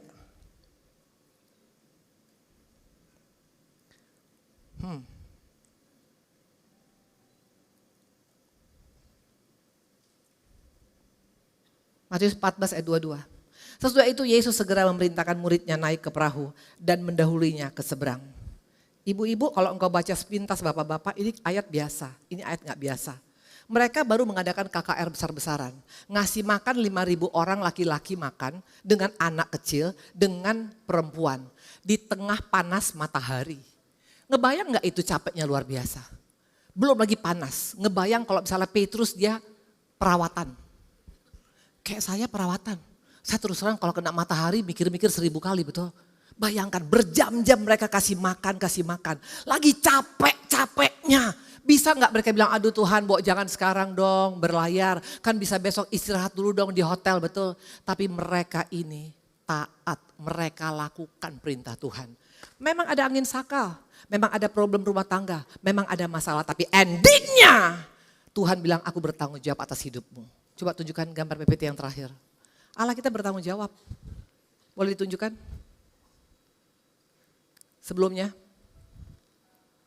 Tuhan gendong kita. Dia bertanggung jawab atas hidup orang yang taat. Gak ada pilihan. Hari-hari ini modal kita bukan modal Kristen. Modal kita hari ini adalah modal mau taat kepada apa kata Tuhan. Dan dikatakan ada garansi seumur hidup. Coba buka garansinya. Garansi Tuhan seumur hidup, lifetime insurance. Kalau dunia gak ada garansi seumur hidup, paling setahun, betul?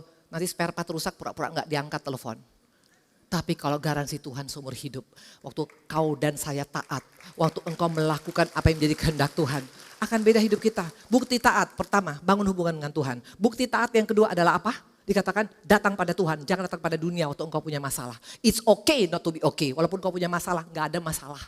Yang penting kau datang pada Tuhan akan diberikan kelegaan. Yang ketiga dikatakan apa? Berjalan di atas kebenaran, bukan di atas kebenaran kita. Yang keempat dikatakan adalah apa? Hati-hati dengan iblis. Dia ada, dia masuk di pikiran kita. Waktu engkau minta bukti, engkau sudah terjebak sama dia.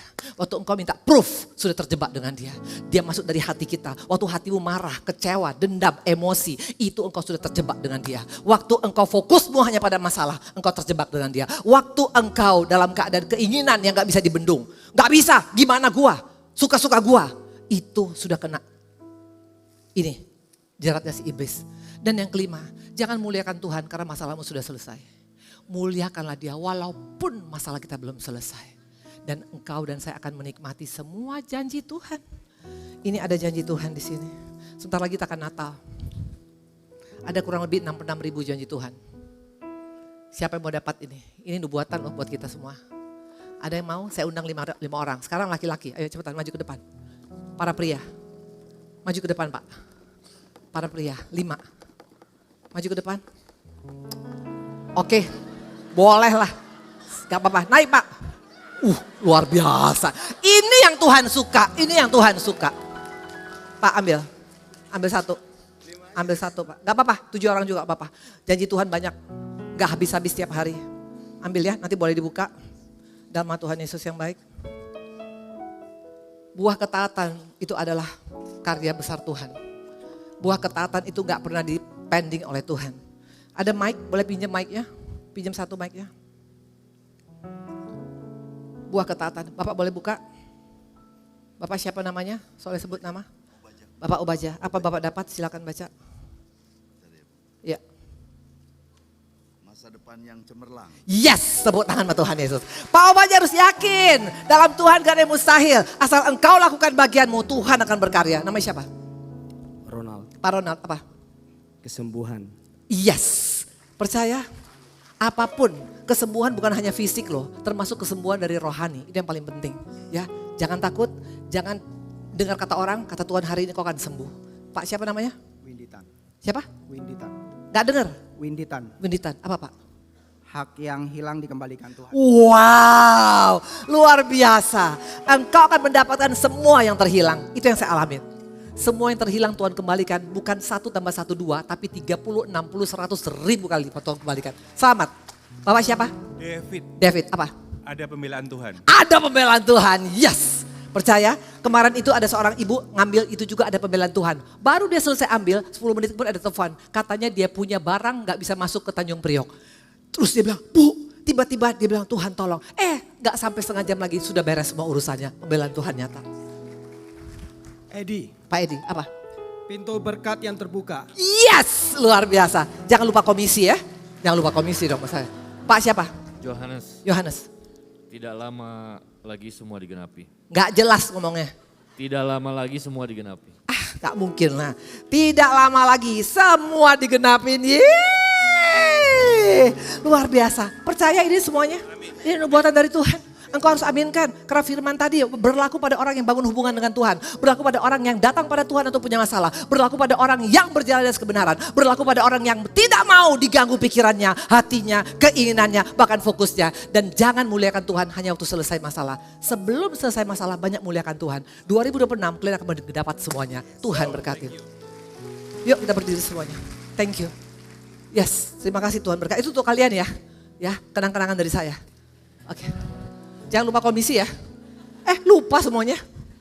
Oke, diberkatin. Diberkatin semuanya. Jangan takut. 2026. Memang banyak goncangan, akan semakin banyak goncangan. Tapi kalau engkau tahu jalan Tuhan hari ini, fokus kepada Dia. Pikiran kita gak bukti lagi, Dia punya bukti. Pikiranmu katakan, walaupun aku tidak melihat, aku percaya Tuhan. Maka engkau menikmati janji-janji Tuhan. Yes. Kau kuatkan aku bertahan. Kau harapan dalam kesesatan.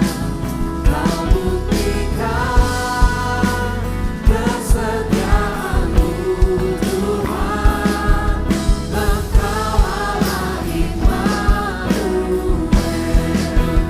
Kau kuatkan aku bertahan. Kau harapan dalam kesesatan. Kau buktikan kesetiaan-Mu Tuhan.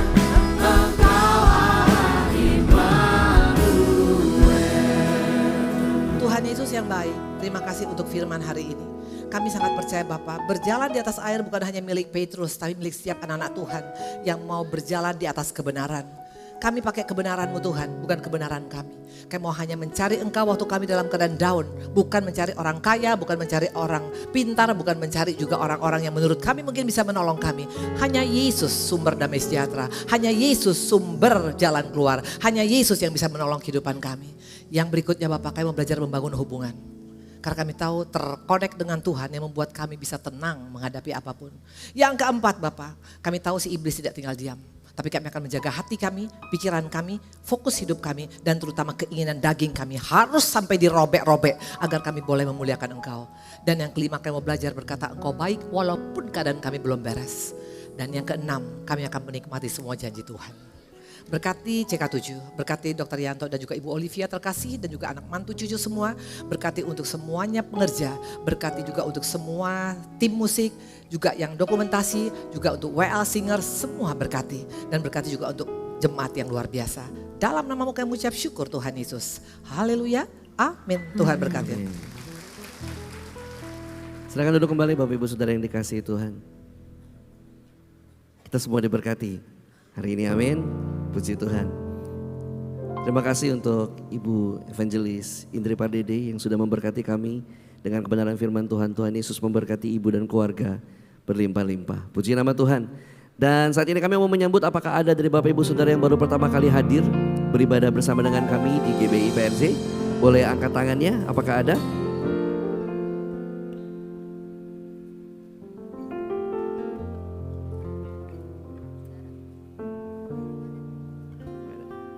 Puji Tuhan, semua jemaat yang setia, dan ini menjadi tugas bagian daripada kita. Kita masuk di dalam penuaian, kita menjadi orang-orang yang menuai Bapak Ibu Saudara. Mari ajak jiwa-jiwa untuk bersama-sama menikmati hadirat Tuhan di tempat ini. Puji Tuhan, dan kita akan memberikan persembahan untuk Bapak Ibu Saudara yang membutuhkan amplop persembahan. Bisa angkat tangannya, maka teman-teman pengerja dengan cepat akan melayani Bapak Ibu Saudara.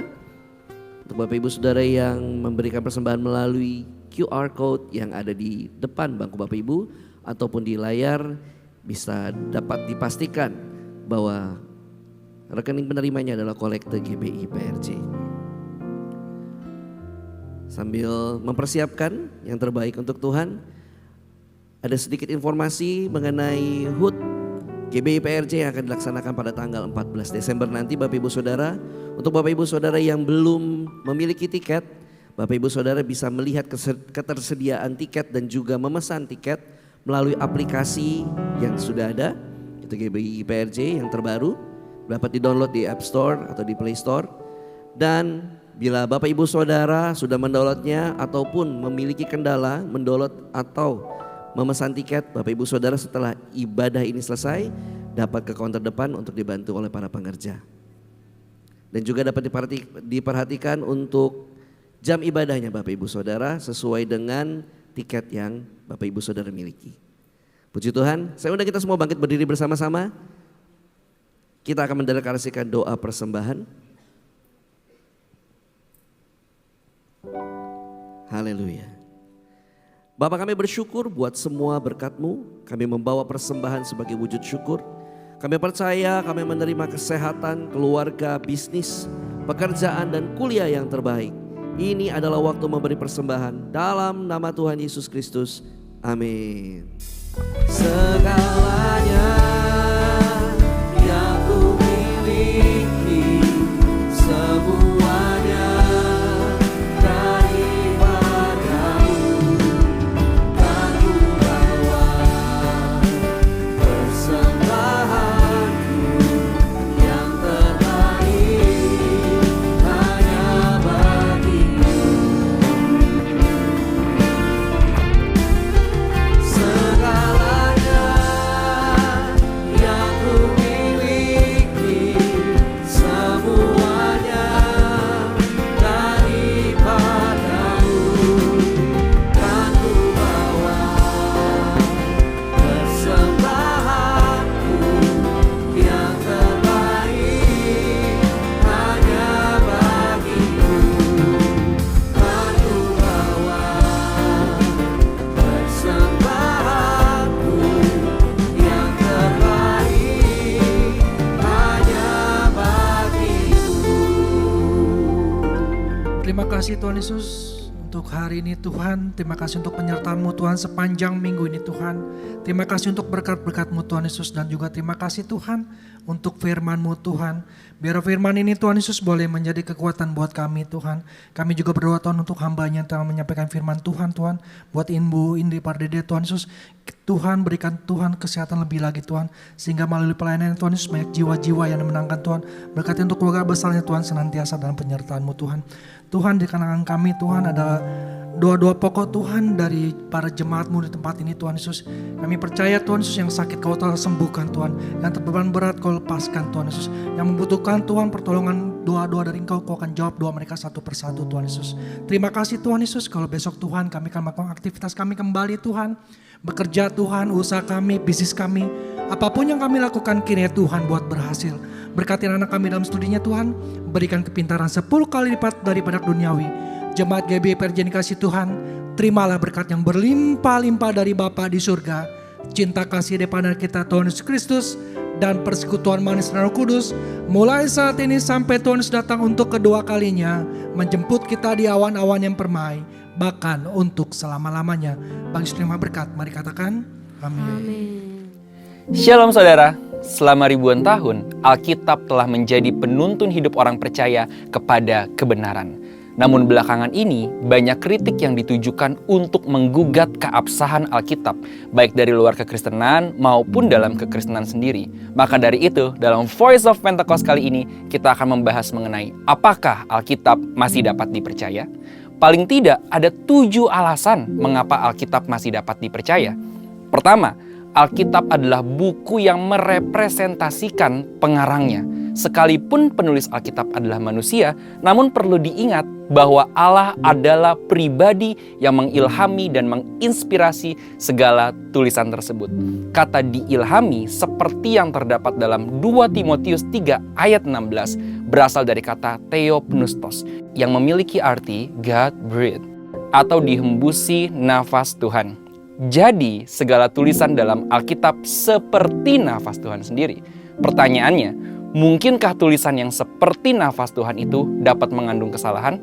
Alkitab merepresentasikan gambaran Allah yang sempurna. Kedua, Alkitab adalah pedoman bagi umat pilihan Tuhan. Allah adalah pencipta alam semesta dan segala isinya. Manusia diberikan kuasa untuk mengusahakan, memelihara, dan mengelola ciptaan Allah. Oleh sebab itu, tentu manusia memerlukan penuntun layaknya manual book untuk dapat melakukan tugas itu. Selama ribuan tahun ini, firman Tuhan telah menjadi penuntun yang sempurna bagi kehidupan manusia. Ketiga, Alkitab menyatakan kebenaran. Karena Allah dapat dipercaya, maka Alkitab juga dapat dipercaya sampai kepada hal-hal kecil sekalipun. Sebagai contoh, bila pada sebuah surat kabar ditemukan ada bagian kecil yang berisi kebohongan atau hoax, maka akan berdampak pada kredibilitas seluruh isi surat kabar tersebut, bahkan perusahaan penerbitnya. Mereka akan mulai kehilangan kepercayaan publik sekalipun hanya berisi sedikit kebohongan. Maka dari itu, kita juga meyakini bahwa tidak ada kesalahan atau bahkan kebohongan kecil sekalipun dalam Alkitab. Alkitab menyatakan kebenaran yang utuh.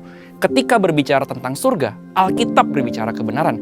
Ketika berbicara tentang dunia, Alkitab berbicara kebenaran. Ketika berbicara tentang penghukuman, Alkitab berbicara kebenaran. Keempat, Alkitab bersifat kekal.